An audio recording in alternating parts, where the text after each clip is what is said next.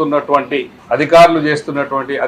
అధికారం ఏదైతే చేయాల్సిన డ్యూటీస్ చేయకుండా కాంగ్రెస్ పార్టీ కార్యకర్తల్లాగా కండువ కప్పుకున్నటువంటి కార్యకర్తలు ఎట్లా మాట్లాడతారో అట్లా మాట్లాడుకుంటూ పోతున్నటువంటి అధికారుల మీద ఖచ్చితంగా చర్య తీసుకోవాలని చెప్పేసి శ్రవణ్ కుమార్ ఎమ్మెల్సీ గారు, ఆర్ఎస్ ప్రవీణ్ గారు, బాల్క సుమన్ గారు మిత్రులందరూ వస్తే మేము ఖచ్చితంగా అపాయింట్మెంట్ తీసుకొని మంత్రి గారిని కలవడం జరిగింది. మంత్రి గారు కూడా సానుకూలంగా స్పందించారు. ఇది ఎందుకంటే పార్టీలు మారుతూ ఉంటాయి, అధికారాలు మారుతూ ఉంటాయి, కానీ అధికారులు మాత్రం సంయమనం పాటిస్తూ బ్యాలెన్స్ మెయింటైన్ చేస్తూ ప్రజలను ముందుకు తీసుకెళ్లాల్సిన అధికారులే ఏ ఎండకా గొడుగు పట్టినట్టు టకా మార్చుకుంటూ పోతే ఇది మంచి పద్ధతి కాదు అని చెప్పేసి ప్రజలకు తెలియజేయడానికి మేము ఇవాళ ఒక ప్రయత్నం చేశాం.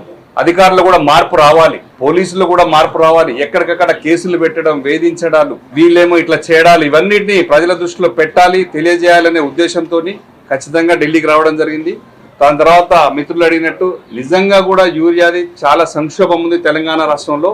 నేను గత 20 రోజులుగా పార్లమెంట్లో ప్రస్తావన తేవడానికి 0 అవర్లో ట్రై చేస్తూనే ఉన్నాను. పార్లమెంట్ రావట్లేదు, చర్చ జరగట్లేదు. ఇంతవరకు కూడా ఒక్కరోజు కూడా పార్లమెంట్, రాజ్యసభ కానీ నడవలేదు. 2 గంటల తర్వాత కొన్ని బిల్స్ వాకౌట్ చేస్తున్నారు అపోజిషన్ పార్టీస్ అన్ని. దాంట్లో కొన్ని బిల్స్ మాత్రమే పాస్ అవుతున్నాయి తప్ప 0 అవర్ కానీ క్వశ్చన్ అవర్ కానీ ఇంతవరకు జరగలేదు.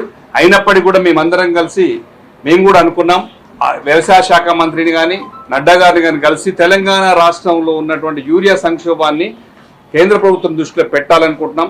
తెలంగాణ రాష్ట్రం యూరియా తేవడంలో రేవంత్ రెడ్డి గారి ప్రభుత్వం ఫెయిల్ అయిపోయింది. రైతులు మార్పు అని తెచ్చుకున్నటువంటి ప్రభుత్వం ఎండలో చెప్పులు అక్కడ పెట్టి నీడకు చెట్ల కింద కూర్చోవాల్సి వస్తుంది. ప్రతి జిల్లాలో, ప్రతి మండల హెడ్ క్వార్టర్లో కూడా రైతులు యూరియా కోసం తప్పించాల్సి వస్తుంది.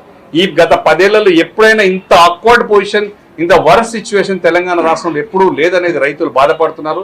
దీన్ని ఖచ్చితంగా కూడా కేంద్ర ప్రభుత్వం దృష్టిలో బీఆర్ఎస్ పార్టీ పెట్టడానికి మళ్ళీ అధికారికంగా కూడా రేపు వ్యవసాయ శాఖ మంత్రి గారిని, నడ్డా గారిని కానీ అధికారులను కలిసి తెలంగాణ రాష్ట్రానికి యూరియా సప్లై చేసే విధంగా కాంగ్రెస్ పార్టీ మీద కూడా ఒత్తిడి తెచ్చి వాళ్ళ ఫెయిల్యూర్స్ అన్ని కూడా తెలియజేయడానికి ప్రయత్నం చేస్తాం.